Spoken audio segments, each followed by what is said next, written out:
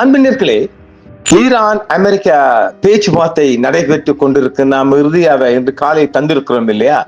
இலங்கை நேரப்படி இன்று காலை 9 மணிக்கு ஈரானின் தென் பகுதியில் அமெரிக்காவின் திடீர் தாக்குதல் நடைபெற்றிருக்கின்றது. மிகப்பெரிய தாக்குதல் இது. நாம் நேற்றே சொல்லியிருந்தோம் இல்லையா?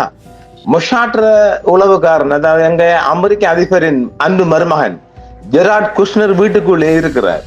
அப்புறம் மார்க் ரூஃபியோ, இவங்க 2 பேரும் மொஷாட்டுக்குரிய ஆட்கள் தானே. இப்ப யாரை கேட்டு இந்த உத்தரவு கொடுத்துறீங்க? சமாதான பேச்சுவார்த்தை ஒன்று கட்டார்ல நடைபெற்றுக் கொண்டிருக்கின்ற வேளையில இலங்கை நேரப்படி இன்று செவ்வாய்க்கிழமை இலங்கை நேரப்படி காலை 9 மணி கொஞ்சம் கடந்து 9 எடுத்துக்கொள்ளுவோம். இந்த ரெக்கார்டிங் செய்யப்படுகின்ற போது 3 மணி நேரம் முன்பதாக. அப்ப யாரை கேட்டு இந்த தாக்குதல் நடைபெற்று இருக்கின்றது? நாம் நேற்றைய சொல்லியிருந்தோமே, கொலைப்படி பண்ணுவான், இஸ்ரேல்காரன் விட மாட்டான், பெரியன்கள் விடான்கள், அந்த மாதிரி அவன் விடான். அவனுக்கு ரத்தம் பார்க்கணும், குழப்பம் பார்க்கணும், சண்டை பார்க்கணும் என்பதுதான் நெய்நாட ஒரே கொள்கை. அந்த வகையில இப்ப அமெரிக்கா படைக்குள்ளேயே அவனுக்கு ஆள் இருக்கா இல்லையா? மார்க்கோ ரூபியோ அவங்க சொல்லாங்க, அவனோட சொந்த பாதுகாப்பு கருதையா. என்ன பாதுகாப்பு? ஈரான் எங்கேயுமே சொந்தமா தாக்க போகலையே.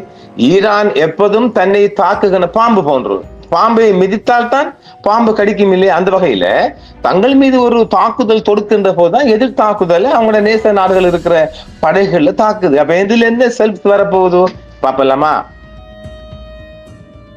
இன்று இது, அதாவது 26ஆம் தேதி செவ்வாய்க்கிழமையான இன்று காலை இலங்கை நேரப்படி 9 மணி அளவில் ஈரானில் அமெரிக்க ராணுவம் மீண்டும் திடீர் தாக்குதல் ஒன்றை நடத்தி இருக்கின்றது.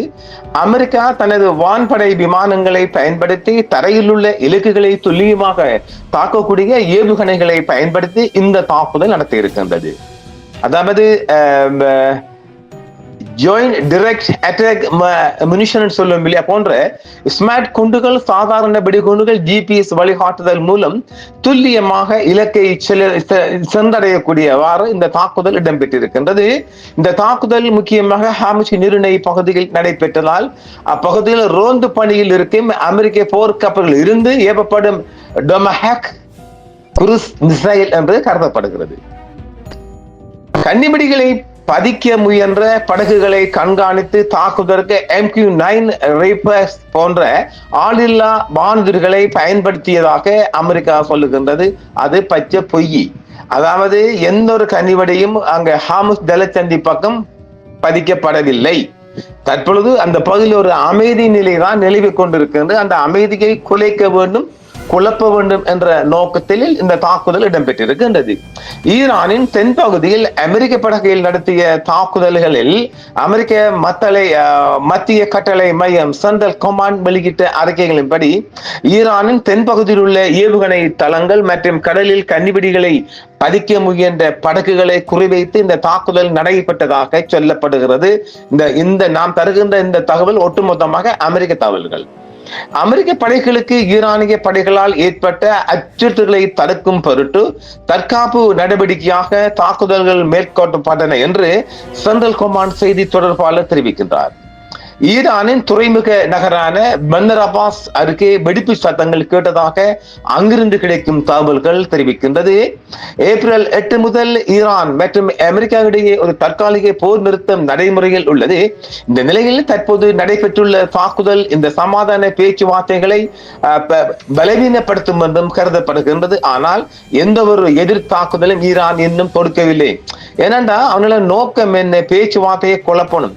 பாருங்க, நேற்று திங்கட்கிழமை மாலையே ஈரான் டீம் கட்டாருக்கு இறங்கிட்டு டோஹாவில் பேச்சுவார்த்தை பேச்சுவார்த்தை போய்கொண்டிருக்கின்ற போது இந்த தாக்குதல் தேவைதானா? அப்ப இதுல இருந்தே புரியணுமே, அமெரிக்க மாம்சிக்கு புரியணுமே, எங்கிருந்து ஆரம்பிச்சாங்கன்னு பார்க்கலாம். இல்ல, ஜெராட் குஷ்னரும் மார்க் ரூபியோவும் படுத்துற பாடுது. இதை நாம நேற்றே சொன்னோம் இல்ல. பாருங்க, இதன் குழப்பம் நடந்திருக்கா நடக்கலையா? பாருங்க, ஈரானின் உயர்மட்ட பேச்சுவார்த்தை குழுவினர் போர் முடிவுக்கு வருவதற்கான ஒப்பந்தம் குறித்து விவாதிக்க கத்தாரின் தோஹாவிற்கு வருகை தந்துள்ளனர். அமெரிக்க வெளியுறவு அமைச்சர் மார்க்கோ ரூபியோ பேச்சுவார்த்தைகளில் முன்னேற்றம் காண முடியுமா என்று பார்ப்பதாக குறிப்பிட்டுள்ளார். நீங்க செஞ்சுட்டீங்களா? மறந்து பேச்சுவார்த்தை வரப்போகுது. நான் நினைக்கல இது தொடராக. அதான் இது ஒரு தொடர் பேச்சுவார்த்தைக்குள்ள இருந்தாலும் கீழே உள்ளவன் விரும்பணும். பேச்சுவார்த்தையை ஒருத்தன் நான் மட்டும் விரும்பிகள் இல்லையே, மறுபக்கம் விரும்பணும் இல்ல. ஹார்முஸ் நீரிணையின் எதிர்கால மேலாண்மை, ஈரானின் யுரேனியம் செறிவூட்டல் மற்றும் லெபனானின் நிலவும் போர் சூழல் ஆகியவை இன்னும் தீர்க்கப்படாத முக்கிய விவகாரங்களை தொடர்கின்றன.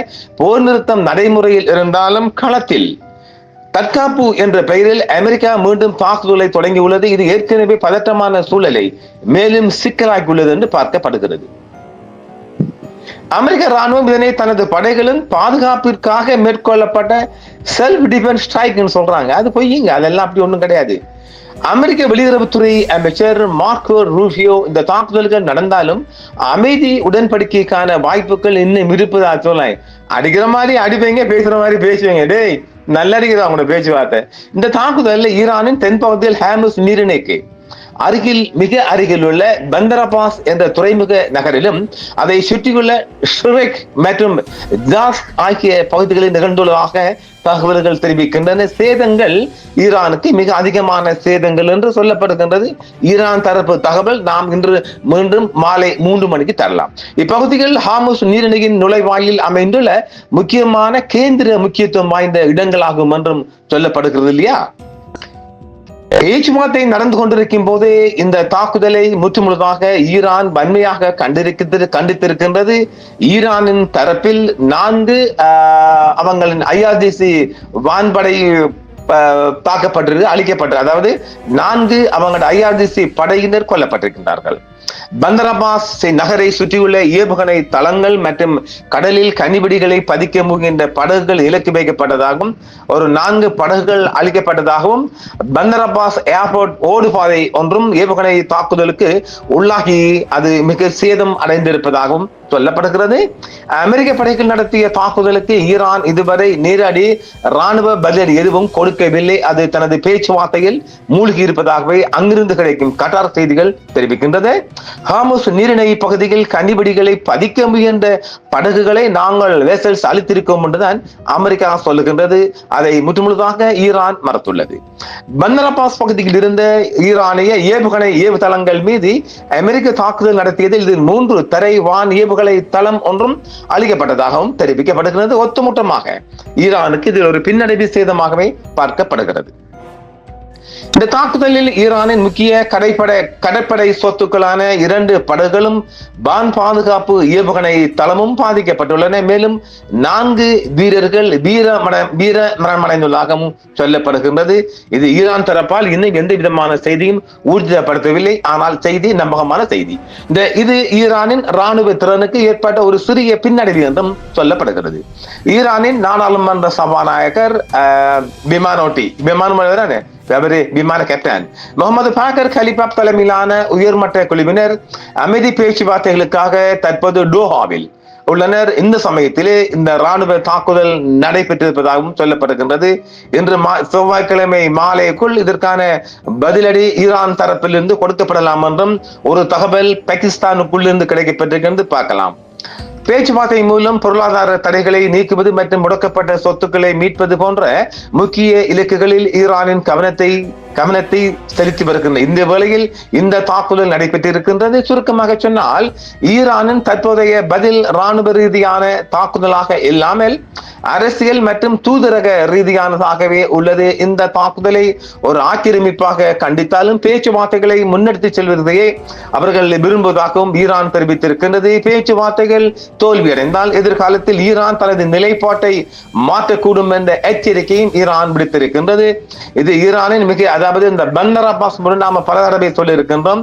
பந்தர் அப்பாஸ் மூலம் ஒரு ஊடகத்தை ஈரானுக்குள்ளே நுழைவதற்கான பல முயற்சிகள் மேற்கொண்டு வருவதின் ஒரு ஆரம்ப கட்டமாகவே இதை நான் பார்க்கின்றேன். எனில் பந்தர் அப்பாஸ் ஊடாக நுழைவதற்கு இந்த பேஸ்கள் உடைக்கப்பட வேண்டும், கிளியரன்ஸ் பண்ணப்பட வேண்டும் என்றால் இந்த தாக்குதல் ஒன்றும் அங்கு நடைபெற வேண்டும். இது ஈரானின் மிக முக்கியமான கடற்படை தளங்களில் ஒன்றாகும் என்றும் இங்குள்ள ஏவுகணை தளங்கள் மற்றும் கடற்படை தளங்களை குறிவைத்து அமெரிக்கா தாக்குதல் நடத்தியது என்பது ஒரு மிகப்பெரிய போருக்கு இட்டு செல்லும் ஒரு வழிமுகமாக நாங்கள் பார்க்கலாம். சிரிக் மற்றும் ஜாஸ்க் பந்தர் அப்பாஸ் நகரை சுற்றியுள்ள இந்த கடற்கரை பகுதிகளிலும் வெடிப்பு சத்தங்கள் பெருமளவை கேட்டதாகவே சொல்லப்படுகிறது. இதேவேளை லராக் ஐலாந்து அவங்களோட எண்ணெய் உற்பத்தி மையம் இருக்கு இல்லையா, சில ஊடக தகவல்கள் இந்த தாக்குதல் லராக் தீவு பகுதியிலும் பாதிப்புகளை ஏற்படுத்தியாகவும் ஒட்டுமொத்தமாக ஈரானின் எண்ணெய் வளமிக்க பகுதிகளை இலக்கு வைத்து இந்த தாக்குதல்கள் நடத்தப்பட்டிருக்கின்றது அதிகாலை தாக்குதலாக. ஆனாலும் அது ஈரான் இன்னும் பதிலடி கொடுக்கவில்லை என்பது மிகப்பெரிய விடயமாக பார்க்கப்படுகின்றது. இந்த தாக்குதல் நடைபெற்றாலும் கத்தாரில் டோஹாவில் தொடர்ச்சியான பேச்சுவார்த்தைகள் நடைபெற்று வருகின்றது. ஈரானை பொறுத்த வரைக்கும் ராணுவ ரீதியான உடனடி பதிலடி கொடுக்காமல் ராஜதந்திர ரீதியாக ஒரு பொறுமையின் நிமித்தமாக பொறுமையிலேயே இந்த பேச்சுவார்த்தை தொடர்கின்றது. பொறுமையின் எல்லை தாண்டுகின்ற போது அல்லது எல்லை கடக்கின்ற போது ஈரான் மூர்க்கத்தனமான தாக்குதலை புதன்கிழமை தாக்கலாம் என்று நாங்கள் பார்க்கின்றோம். ஊடக வாயிலாகவும் ஆய்வு ரீதியாகவும் நாம் இதை பார்க்கலாம். பேச்சுவார்த்தை என்பது டோஹாவில் தனியாக ஈரானிய டீம் மாத்திரம்தானே பேச்சுவார்த்தையில பேசுறாங்க. கட்டாரில் இருக்கின்ற அவர்கள் அதிகாரிகள் மூலமாக, அதாவது கட்டாரில் இருக்கின்ற அமைச்சர்கள் மூலமாக இந்த பேச்சுவார்த்தை நடைபெற்றாலும் உடனுக்குடன் செய்திகளை அமெரிக்காவுக்கு கட்டார் வழங்கிய வண்ணமே இருக்கின்றது. ஆனால் ஈரான் பொறுமை காக்கின்றது. பொறுமை 24 மணி நேரம் கடந்த பின்பாடு மிகப்பெரிய தாக்குதல் ஒன்றை முதலாக UAE அமீரகம் முதல் தான் தாக்கப்படுவார். நாம் ஏற்கனவே சொல்லியிருக்கிறோம் இல்லையா, மாவன சத்தாண்டா சேகர் என்று அந்த தாக்குதல் ஒன்று வருகின்ற போது UAE அமீரகம் மீது மிக மோசமான தாக்குதல் சேதாரம் அதிகரிக்கும் என்பதையும் நாம் இந்த பதிவில் ஆணித்தரமாக பதிவு செய்கின்றோம். நாம் இது நேற்றே சொல்லி எதிர்பார்க்கப்பட்ட ஒன்றுதான்.